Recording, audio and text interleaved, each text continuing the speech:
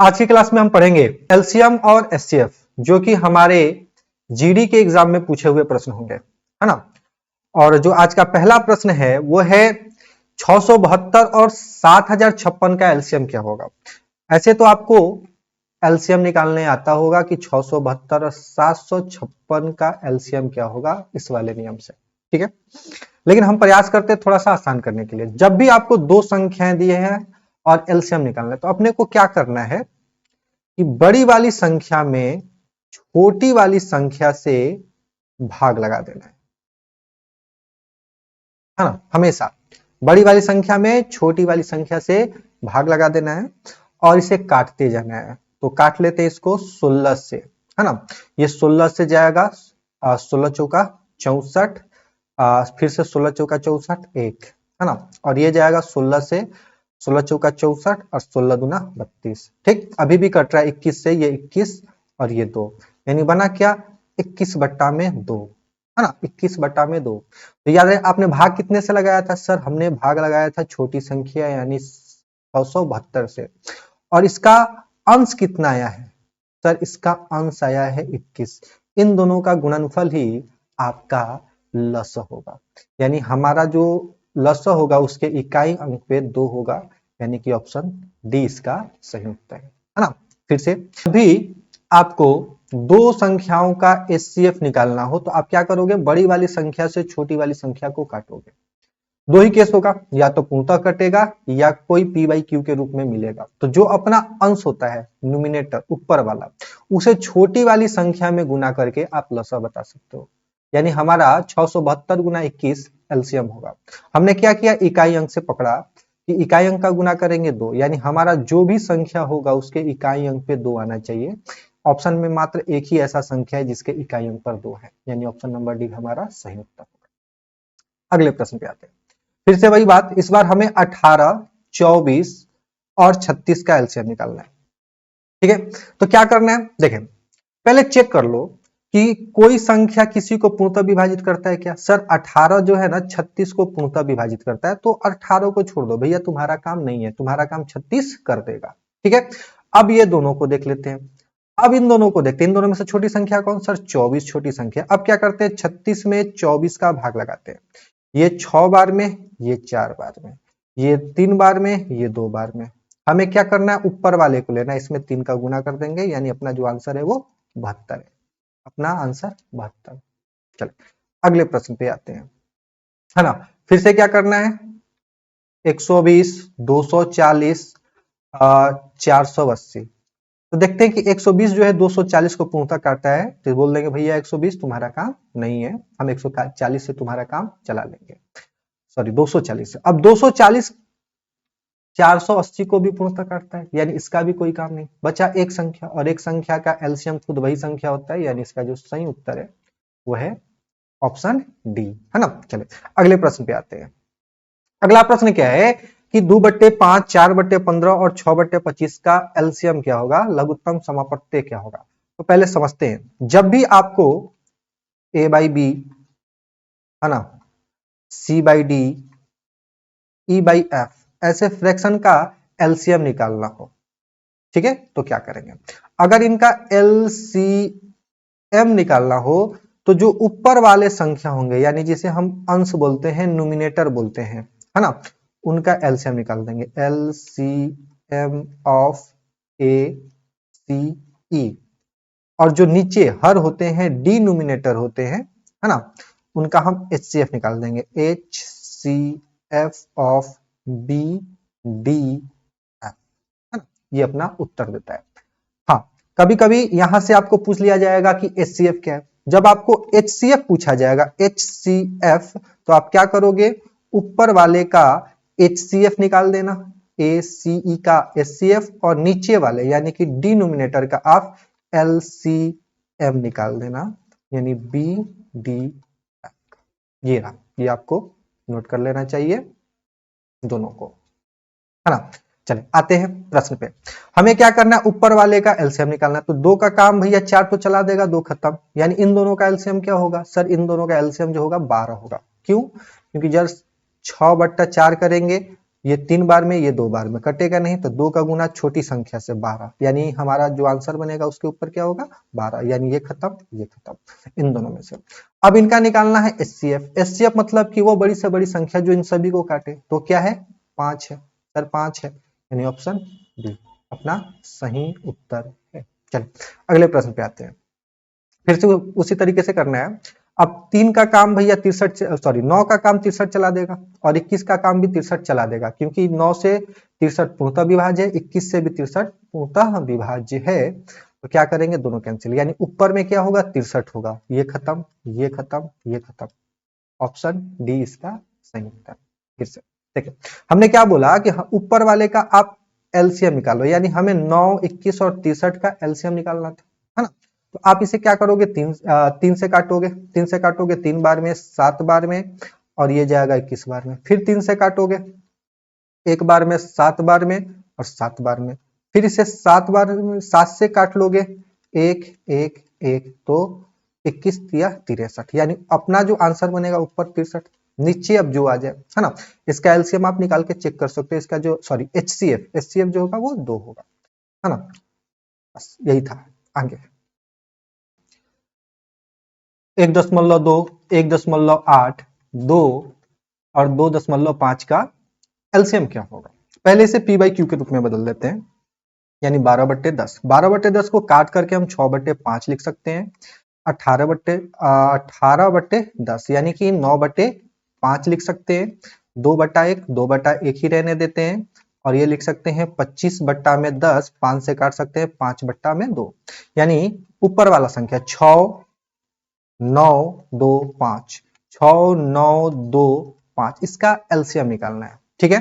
तो क्या है कि 6 का 3 9 से प्राप्त हो जाएगा, और 6 का 2 लिखा ही है, यानी 6 का कोई काम नहीं है ना, 6 का कोई काम नहीं है। अब देखें 3 कहीं नहीं मिल रहा, 2 कहीं नहीं मिल रहा, 5 कहीं नहीं मिल रहा, यानी अपना इनका गुणनफल ही आंसर बनेगा। अपना जो गुणनफल होगा वो होगा 90, यानी कि जो भी संख्या है 90 है ऊपर में, ठीक। नीचे के लिए देखते हैं, अब नीचे वाले का निकालना होता है हमें एचसीएफ, यानी कि 5 5 1 2 का एचसीएफ, वो सबसे बड़ी संख्या जो इन सभी को काट दे, तो सर एक ही है ना, वो क्या है 1 है बटा में 1, यानी अपना जो सही उत्तर होगा वो होगा 90। अगले प्रश्न पे आते हैं। अगला प्रश्न है कि 2 का पावर 3 गुने 9 का पावर 2 गुने 13, 2 का पावर 2 13 का पावर 2 गुना 19 और 9 का पावर 3 गुना 13 का पावर 2 गुना 19 का पावर 2।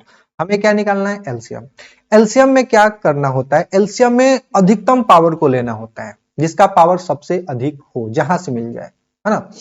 तो देखते हैं पहले 2 का अधिकतम पावर क्या है सर, 2 का अधिकतम पावर 3 है, यानी 2 का पावर 3 होगा, यानी ये वाला ऑप्शन गया और ये वाला ऑप्शन गया, ये दोनों में से कोई आंसर बनने वाला नहीं है, ठीक है।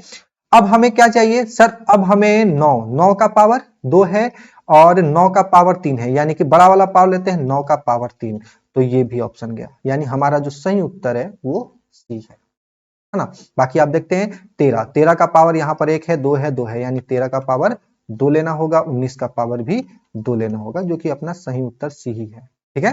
तो चीजों को ऐसे ही करना है अपने को। 6 के वर्ग, 4 के घन और 24 का लघुत्तम समापवर्त्य क्या होगा। 6 का वर्ग यानी 6 का स्क्वायर, 4 का घन यानी 4 का क्यूब कर लेते हैं और 24 कर लेते हैं, ठीक ना। अब 6 का वर्ग कहने का मतलब है 3 गुना 2 का स्क्वायर, और ये कहने का मतलब है 2 गुना 2 का पावर 3, और 24 कहने का मतलब क्या है 6 गुना 4। समझते हैं बात को। तो भैया 6 तो यहां से मिल ही रहा है, 6 का कोई काम नहीं। 24 में तो यहां पर देखें 6 के स्क्वायर में तो 6 तो है, तो यहां से 6 क्यों लेना, ठीक।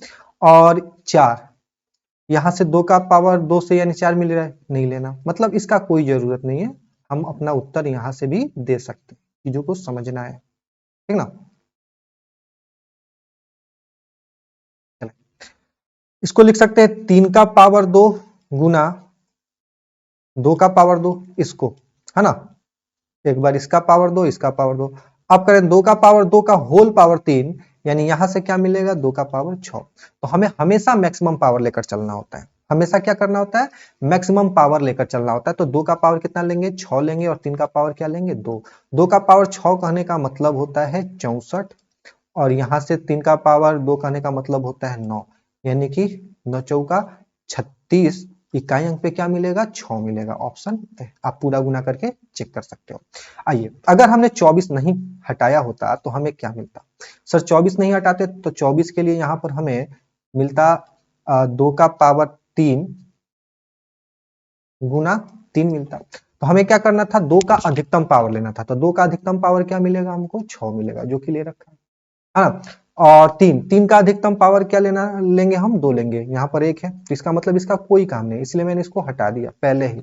चीजों को मतलब हम टाइम वेस्ट नहीं करना चाहते, बेकार की चीजों को हटा देना चाहते हैं प्रश्न से शुरू से ही। अगर हम 2 सेकंड भी बचाते हैं तो बहुत है अगले क्वेश्चन के लिए, है ना। यानी अपना ऑप्शन जो है वो ए है। अगले प्रश्न पे आते हैं। अगला प्रश्न क्या है, 32 और 40 का लघुत्तम समापवर्तक x के वर्ग से 13 कम है तो x का मान। भैया 32 और 40 की बात की जा रही है, 32 और 40, है ना। तो 32 छोटी संख्या है, क्या करते हैं, छोटी संख्या से बड़ी संख्या में भाग लगा देते हैं। तो क्या होगा, 8 से 5 बार में, 8 से 4 बार, अब नहीं जाएगा तो ऊपर वाले का गुना कर देते हैं।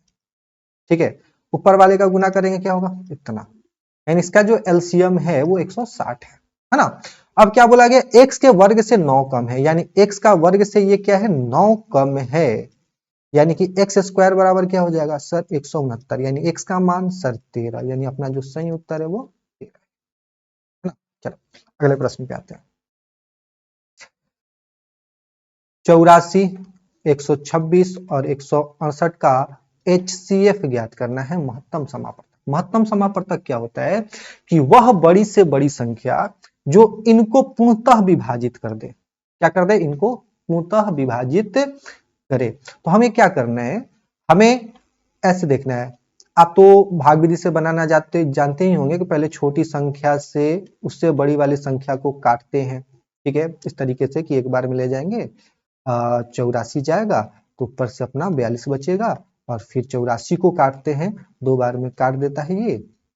ठीक है, और ये जिससे पूर्णतः कटता है फिर से तीसरी संख्या में भाग लगाया जाता है, और ये इसको 4 बार में काटेगा, 4 गुना 8, 4 चौका 16 कटेगा, यानी कि अपना एचसीएफ क्या आता है, 42। ये था बनाने का तरीका जो हम शुरू से सीखते हैं, लेकिन हम चीजों को थोड़ा सा आसान बनाते हैं। इसको थोड़ा सा ऐसा देखते हैं, है ना। इन दोनों के बीच का अंतर कितना है, 42। इन दोनों के बीच का अंतर क्या है, तो जो अपना उत्तर होगा ना, या तो 42 होगा या 42 का कोई एक फैक्टर होगा। ठीक है, कहने का मतलब या तो 42 होगा, देखें दोनों जगह क्या है, 42 42 है ना। तो या तो 42 होगा या तो 42 का कोई एक फैक्टर होगा। ठीक है, तो यहां पर जितने भी ऑप्शन दिख रहे हैं उसमें सिर्फ एक 42 ही है, 42 का कोई फैक्टर नहीं दिख रहा है, यानी अपना जो सही उत्तर है वो इस तरीके से भी बना सकते हैं। ठीक है, लेकिन ये जो प्रश्न है ना, ना इस तरीके से बनाने के लिए दिया गया था और ना ही इस तरीके से। इसको ऐसा सेट किया गया है कि आप देखते ही बता सको कि नहीं, आंसर तो यही बनेगा, इसके अलावा कोई नहीं बनेगा। क्यों, क्योंकि एचसीएफ का मतलब क्या होता है, वह सबसे बड़ी संख्या, है ना, वह सबसे बड़ी संख्या जिससे ये संख्याएं विभाज्य हो, यानी कि 84, 126 और 168 विभाज्य हो। तो अब चेक करो, क्या वो 49 से विभाज्य, 84 पकड़ते हैं छोटी संख्या को, क्या 49 से विभाज्य है, नहीं सर। क्या 40 से विभाज्य है, नहीं सर। क्या 44 से विभाज्य है, नहीं सर। एक ही संख्या है जो 42, बस इतना ही करना था, इसे बस ऑप्शन से उड़ा देना था। चले अगले प्रश्न पे आते हैं। अगला जो प्रश्न है कि 153, 117 और 405 का HCF क्या होगा। देखें, बनाना तो आपको आता है, भाग विधि से बना सकते हो और डिफरेंस निकाल करके भी बना सकते हो आप, है ना। लेकिन थोड़ा सा क्वेश्चन को समझते हैं। देखिए क्या है कि हम बोले कि हमें 2 से भाग लगाना है ना। आप पूर्णतः भाग लगाना है, किन किन संख्याओं में आप पूर्णतः भाग लगा सकते हो। बोलोगे कि सर 2 में, 4 में, 6 में, 8 में, 10 में, 100 में, 200 में, 104 में, ऐसे। यानी आपने जितना भी संख्या लिखा है वो सिर्फ सम संख्या है, तो यहां से एक बात समझना है कि अगर हमें सम संख्या से भाग लगाना है, पूर्णतः विभाज्य करना है, तो वो सिर्फ सम संख्या में ही पूर्णतः विभाज्य लगाएगा, वो विषम संख्या को कभी भी पूर्णतः विभाजित नहीं करेगा। सम संख्या हमेशा सम संख्या को ही पूर्णतः विभाजित करता है, याद रखेंगे, सम संख्या हमेशा सम संख्या को ही पूर्णतः विभाजित करता है, लेकिन जो विषम संख्या है ना, वह सम संख्या और विषम संख्या दोनों को पूर्णतः विभाजित करता है। ठीक है, तो बस इतना ही ध्यान रखें। यानी कि 153 क्या दिख रहा है सर? 153 विषम संख्या है, यानी इसका HCF सर कभी भी सम संख्या तो हो नहीं सकता, क्योंकि HCF मतलब होता है वह बड़ी से बड़ी संख्या जो इन तीनों संख्याओं को पूर्णतः विभाजित करे, है ना, पूर्णतः विभाजित करे। और ये तीनों संख्या विषम संख्या है, तीनों क्या, कोई एक भी विषम संख्या होता तब भी इनका HCF कभी भी सम संख्या नहीं होता। इसका मतलब ये है सर कि 6, 2 और 12 कभी भी इनके HCF नहीं बन सकते। इनका जो HCF होगा ना सर वो ए हो। बात समझ में आया? बाकी आप बना करके देख सकते हैं। चलो अगले प्रश्न पे आते हैं। हमें करना है क्या, 0.25 2.08 और 1.8 का HCF निकालना है, यानी कि 25/100 1/4 कर लेते हैं, है ना।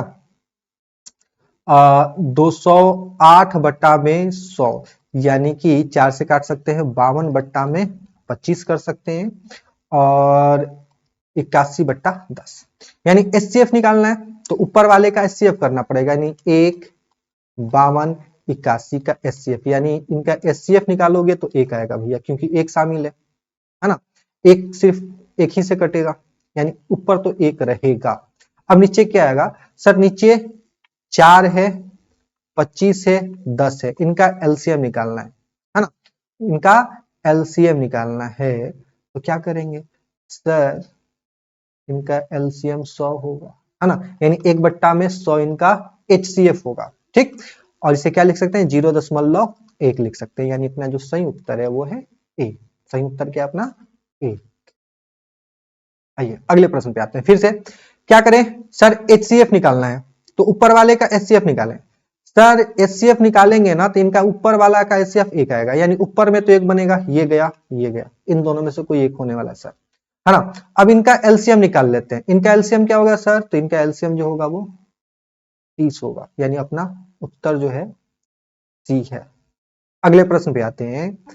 HCF ज्ञात करें, यानी 2 का पावर 3 गुना 5, 3 का पावर 5, 2 का पावर 4 गुना 3 का पावर 6। HCF निकालने के क्रम में, HCF निकालने के क्रम में हम छोटे पावर को लेते हैं, लघुत्तम में बड़ा पावर। याद रखेंगे, जब आप LCM निकालते हैं उस समय बड़ा पावर लेते हैं, और जब आप HCF निकालते हैं उस समय आप छोटा पावर लेते हैं। ठीक है, LCM घर का छोटा लड़का है और HCF घर का बड़ा लड़का है, ठीक ना। तो जब चीजें बांटनी हो और बड़ा छोटा के केस में हो तो छोटे वाले बच्चे को बड़ा वाला चीज दिया जाता है, नहीं तो ये रोने लगता है, जिद्दी होता है ना, इस कारण से। ठीक है, तो याद रखेंगे LCM में बड़ा पावर, HCF में छोटा पावर। तो 2 और 4 में छोटा कौन? सॉरी 3 और 4 में छोटा कौन? 3, यानी 2 का पावर 3 लेंगे। 3 का पावर 5 और 3 का पावर 6, तो सर 3 का पावर 5 लेंगे। ठीक है, यानी जो अपना उत्तर है वो ऑप्शन ए है ना। चलो अगले प्रश्न पे आते हैं। प्रश्न है, दो संख्याओं का LCM और HCF क्रमशः 154 और 7 है। यदि उनमें से एक संख्या 77 है तो दूसरी संख्या क्या होगी? इसके लिए हमें हमेशा एक फॉर्मूला याद होना चाहिए कि पहली संख्या गुना दूसरी संख्या बराबर होता है LCM गुना HCF का, यानी दो संख्याओं का गुणनफल बराबर होता है उनके लसअ और मसअ के गुणनफल के। ये फॉर्मूला बहुत काम है ना, इससे प्रश्न बनता है, तो इसे आपको याद रख लेना है ना। तो आते हैं प्रश्न पे। तो हम यहाँ से लिख सकते हैं कि जब भी हमें दूसरी संख्या निकालनी हो हम बोलेंगे लसअ गुना मसअ बटा में पहली संख्या, यानी कि 154 गुना 7 बटा में 77। ठीक है, तो 7 से 77 को 11 बार में और 11 से 154 को 14 बार में, यानी जो अपना सही उत्तर है ना वो है 14। ठीक है ना। अगर आप ध्यान से देखो ना, ध्यान से देखो तो ये क्वेश्चन बनाने के लिए नहीं दिया गया था, बस ऑप्शन से ही इसको डील कर सकते थे, है ना। ऑप्शन से ही डील किया जा सकता है। क्यों? क्योंकि जैसे कि हमको पता है कि HCF प्रत्येक संख्या का एक फैक्टर होता है, यानी HCF से संख्या में भाग दिया जा सकता है। जैसे आप 7 जो कि आपका HCF है, उसमें आप 77 का भाग तो सॉरी 77 में भाग लगा सकते हो। ठीक है, उसी तरीके से दूसरी संख्या में भी भाग लगना चाहिए। क्या 16 7 से विभाज्य है? नहीं। 15 नहीं। 13 नहीं। मात्र एक ही ऑप्शन है भैया, मात्र एक ही ऑप्शन है जो 7 से विभाज्य है। मतलब ये सारे प्रश्न में अगर आपने सोल्यूशन के लिए पेन उठाया तो एग्जाम गवाया। तो भैया ऐसे पे ध्यान देना है कि अपने को कहीं ऑप्शन ही ऐसा तो नहीं दे रखा जिसे हम देखते ही आंसर लगा सके। तो अगले प्रश्न पे आते हैं। अगला प्रश्न है, दो संख्याओं का एलसीएम 4158 है, एचसीएफ 54 है। यदि पहली संख्या 378 है तो दूसरी संख्या क्या होगा? ठीक है, कटने वाला नंबर होना चाहिए, तो पता है आप काट के देख सकते हो, है ना। 54 कहने का मतलब 54 से इसको काट सकते हैं 7 चौके 28, यानी 7 बार में ये कटेगा। और 7 से इसको काट सकते हैं 7 पंजे 35, 5 5 5 5 से शुरू होने वाला खत्म। बस इतना, पूरा सॉल्व भी नहीं करना है आपको, ऑप्शन का यूज करना ही करना है ना। अब क्या है, 5 से अब लगोगे आप पूरा कटाने तो टाइम तो लगेगा ना, ऐसे काटा कर मैं दिखाता हूँ, काट करके दिखाता हूँ कि यही आंसर बनेगा, है ना। तो भैया हमने क्या किया, 7 पंजे 35, तो 6 बचा 65 बना, है ना। और 7 नवा 63, 65 माइनस 63, 2 28, 7 28, 594 आंसर। लेकिन जब मुझे पता चल गया कि जो इसका पहला वाला डिजिट होगा वो 5 होगा, और ऑप्शन में एक ही ऐसा ऑप्शन है जो 5 से शुरू हो रहा है, तो हमारा क्या है, ऑप्शन बी सही उत्तर है ना। चलो अगले प्रश्न पे आते हैं। अगला है कि यदि दो संख्याओं का महत्तम समापवर्तक 47 है, दे रखा है 47, और उनका जो जोड़ है वो 188 है, तो दोनों संख्याएं ज्ञात करें। भैया दोनों संख्या यानी a प्लस बी बराबर 188 दे रहे हैं। एक बार ऑप्शन में ध्यान देखो, क्या इन दोनों को जोड़ने से आपको 188 मिलता है? सर नहीं मिलेगा, खत्म। क्या इन दोनों को जोड़ने से? नहीं मिलेगा। क्या इन दोनों को जोड़ने से? नहीं मिलेगा। मात्र ऑप्शन सी ही है ना। इससे पता चलता है कि जब आप एग्जाम में बैठते हो ना, तो बहुत सारे क्वेश्चन आपको ऑप्शन से ही बनाने होते हैं। चलिए अगले प्रश्न पे आते हैं। यदि दो संख्याओं का महत्तम समापवर्तक 8 है, निम्नलिखित में से हाँ, कौन सा उनका लघुत्तम समापवर्तक नहीं हो सकता? क्या है ना, आपको ये पता होना चाहिए जो लघुत्तम होता है उसका अगर आप फैक्टर करोगे तो उसमें से एक फैक्टर, है ना, HCF होता है और A और B होता है। अगर दो संख्याओं का एलसीएम L है और उन दोनों संख्याओं का HCF H है, तो एलसीएम बराबर H Guna A Guna B। ये सर ए बी क्या है, तो ये जो ए बी होता है ये को प्राइम होता है। को प्राइम कहने का मतलब सिंपल सा समझो कि पहला संख्या और दूसरा संख्या का अगर आप अनुपात निकालते हो तो ए अनुपात बी होता है। ठीक है, और ये हमेशा एक दूसरे में को प्राइम होते हैं, सह आवाज संख्या होते हैं। सह आवाज संख्या कहने का मतलब जिसका HCF जो होता है वो एक होता है, ऐसी संख्या। ठीक है, तो क्या है ना, सिंपल सा बात बोले तो जब आप लसा में मसा से भाग लगाओगे, है ना, यानी 8 से, तो वो पूर्णतः विभाजित होगा। यहां पर आपको एक पूर्णांक मिलेगा, इंटीजर मिलेगा। तो क्या 8 से 68 में भाग लग सकता है? नहीं सर। ठीक, क्या 8 से 72 में भाग लग सकता है? जी सर। 24 में? जी सर। 48 में? जी सर। मतलब इन तीनों में भाग लग सकता है, बस यही एक ऑप्शन है जिसमें आप 8 का भाग नहीं लगा सकते। आपको क्या बताना है, निम्नलिखित में से कौन सा लघुत्तम समापवर्तक नहीं है? नहीं है, जो नहीं कटेगा वही नहीं बन सकता, यानी ऑप्शन ए इसका सही उत्तर है। याद रखेंगे, जो कट गया वो लघुत्तम बन सकता है, जो नहीं कटा वो लघुत्तम नहीं बन सकता। अगले प्रश्न पे आते हैं। दो धनात्मक संख्याओं का लघुत्तम समापवर्तक जो एलसीएम है ना, महत्तम समापवर्तक यानी एचसीएफ का 13 गुना, यानी लसा जो है 13 गुना मसा है, और इनका योग यानी लसा जोड़ मसा जो दे रखा है वो 252 दे रखा है। 200 सॉरी, हाँ 252 ही है ना, 53 लिख दिया मैंने, 252 ही है। अब क्या है ना, एलसीएम के जगह पे हम 13 गुना एचसीएफ जोड़ एचसीएफ इक्वल टू इतना लिख सकते हैं। यानी ध्यान से देखो तो ये 14h बराबर 252 है। यानी h बराबर कितना हो जाएगा, 14 एकम 14, है ना? यानी कि h का मान है 18, यानी h अपना 18 है, तो एलसीएम कितना होगा सर, 13 गुना 18 होगा। क्या बोला गया है, इसमें से एक संख्या 54 है तो दूसरी संख्या, तो हमको पता है कि जब भी हमें दूसरी संख्या निकालना होता है तो लसह गुना मसह बटा में पहला संख्या लेते हैं। यानी लसह 13 गुना 18 ले सकते हैं, मसह 18 ले सकते हैं, और पहली संख्या 54 ले सकते हैं, है ना?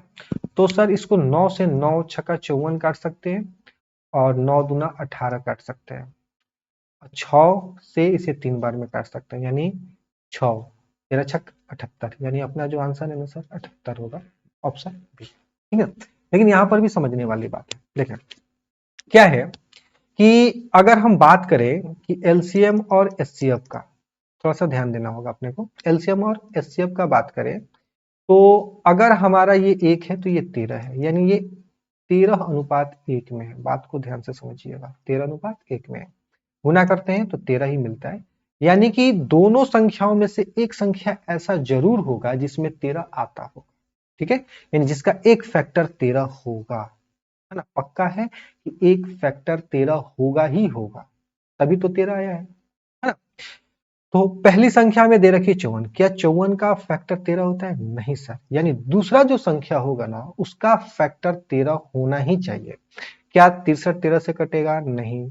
73 नहीं, 68 नहीं, मात्र एक ही ऑप्शन है, बस एक ही ऑप्शन है जो 13 से कटने वाला है। अगले प्रश्न पे आते हैं।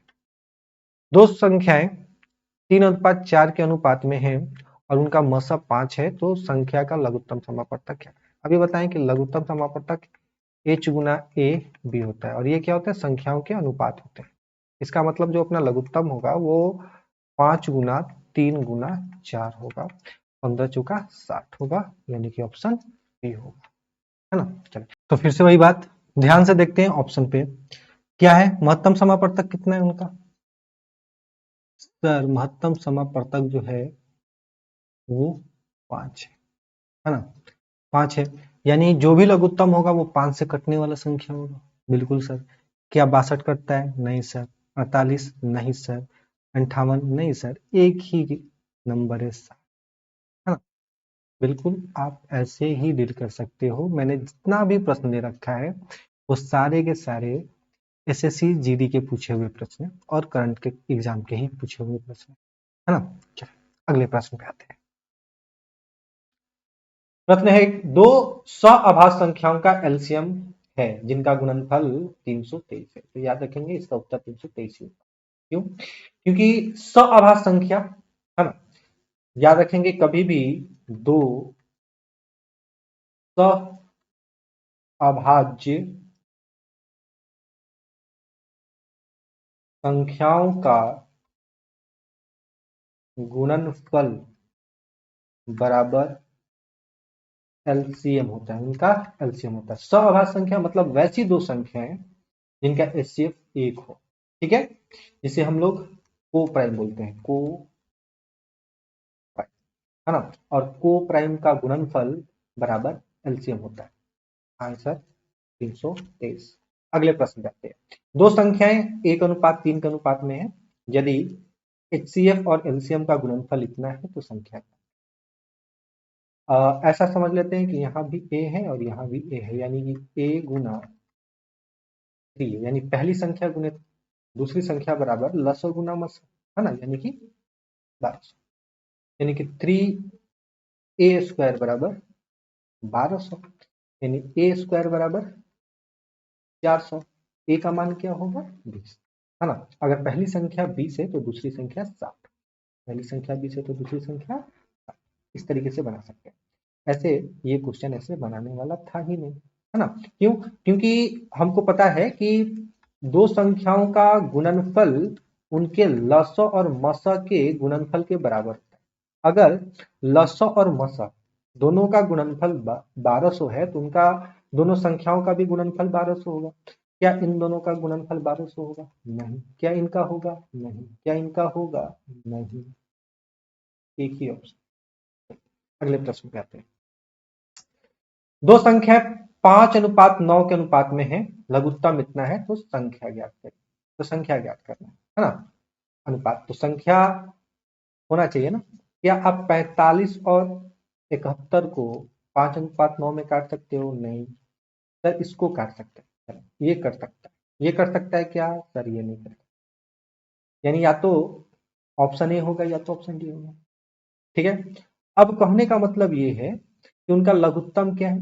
उनका लघुत्तम 405 है, तो इनका भी लघुत्तम 405 होना चाहिए। ठीक है, तो या ऐसे भी बोल सकते हैं संख्या कटना चाहिए, मतलब लघुत्तम दोनों संख्याओं से कटना चाहिए। तो क्या ये संख्या 55 से कटेगा? नहीं कटेगा।